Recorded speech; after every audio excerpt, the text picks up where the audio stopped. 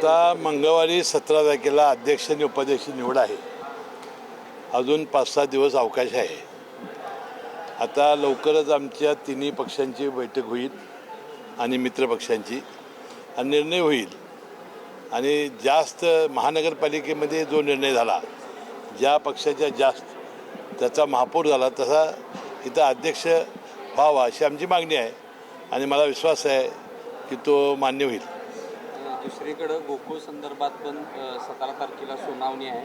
आपण देखील सुप्रीम कोर्टात गेला होता, मात्र कुठेतरी दावा प्रतिदावा करून आपली मागणी फेटाळली असं आरोप केला जातो. तुम्ही निकालाची कॉपी बघितलेली नाही? बघितली काय लिहिले त्यात? निकालाची कॉपी न बघता तुम्ही पत्रकार परिषदा घेता, चुकीचं आहे ना. आता निकालाच्या कॉपीमध्ये स्पष्टपणा नाही. आता माझा जाण्याचा उद्देश काय होता की मी त्यामध्ये एक पार्टी होतो. आता त्यामध्ये जाण्यासारखे दोनच घटक होते, एक गोकुळ किंवा मी.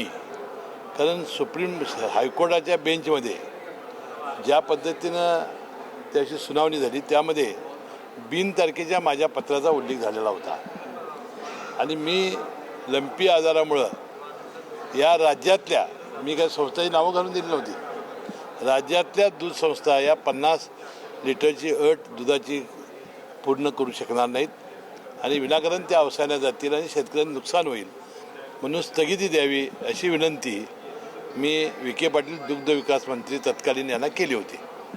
त्यांनी तात्काळ त्याला स्थगिती दिली होती. त्यांनी ऑर्डर देताना तारीख गाठली नव्हती. दोघांच्याही तारखा या अनावधानं राहिलेल्या होत्या. परंतु ज्याच्या आधारे त्या सचिवांनी जो आदेश काढला जॉईंट रजिस्ट्रारला, त्याच्यामुळं ह्या ज्या संस्थेला स्थगिती मिळाली त्या जॉईंट रजिस्टरच्या पत्रावर तारखा होत्या. आणि मग ह्या 1200 संस्थांचं त्यांनी अनेक माहिती दिली आहे. सगळ्यात दूध पूर्ण करणाऱ्या संस्था आहेत, फार जुन्या संस्था आहेत एक एक, आणि ही नावं आल्यामुळं त्यांच्यावर अन्याय होणे या एका चांगल्या हेतूनं मी सर्वोच्च न्यायालयात गेलो आणि सर्वोच्च न्यायालयाचा मी आभारी आहे की त्यांनी माझ्या पिटिशनमध्ये मी अपील जे केलं होतं त्यातील सगळ्या मुद्दे या बेंचनी विचारार्थ घ्यावेत. मला आशा आहे की या सगळ्या मुद्द्यांचा हे बेंच विचारात घेईल.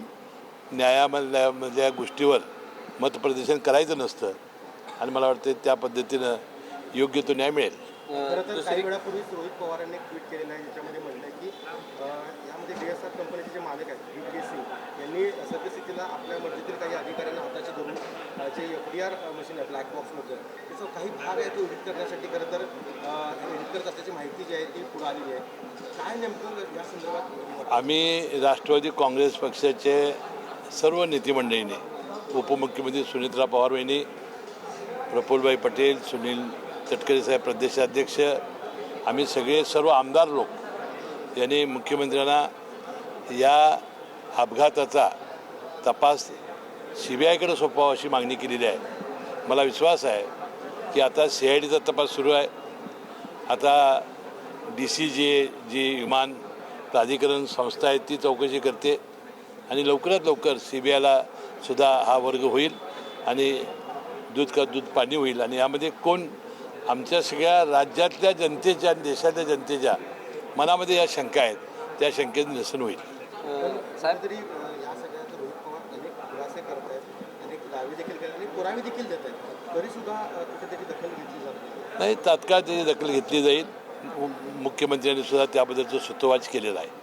शेजारी सांगली जिल्ह्यामध्ये राष्ट्रवादी काँग्रेसच्या नेत्यांकडून आता दबावतंत्र वापरला जात आहे. सगळ्या नेत्यांनी एकी करून भाजपला कुठेतरी सत्तेपासून लांब ठेवण्याचा प्रयत्न केला आहे. मात्र कोल्हापुरात देखील भाजप दबावतंत्र वापरत असताना तुम्ही मात्र जिल्ह्यातून एकटेच लढताना दिसत आहे. तुमच्यासोबत माजी आमदार किंवा ही कुठेतरी दिसत नाही. एकटे कोण माझे आमदार कोण? म्हणजे राजेश पाटील वगैरे ते सगळे माझ्या मागं आहेत. सगळे माझ्या मागं आहेत, माझ्या पोटात आहेत. त्यांचा भक्कम पाठिंबा मला आहे आणि त्या सगळ्या नेते मंडळींच्या जीवावर माजी आमदार के पाटील असतील, माजी आमदार राजेश पाटील असतील आणि राष्ट्रवादीचे तमाम कार्यकर्त्यांच्या जीवावर राष्ट्रवादीचा अध्यक्ष होईल असा विश्वास मला आहे. राज्यामध्ये सध्या कोल्हापूर शहरामध्ये गॅसचा तुटवडा जाणवत आहे.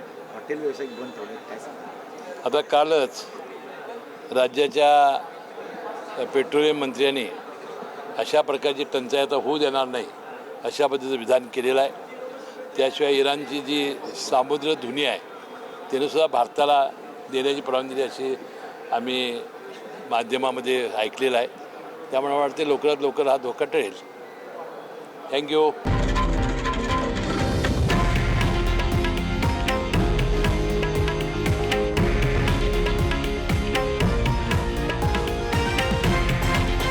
हे आहे देशातील नंबर 1 न्यूज नेटवर्क आणि आपण पाहत आहात TV9 मराठी, एकमेव.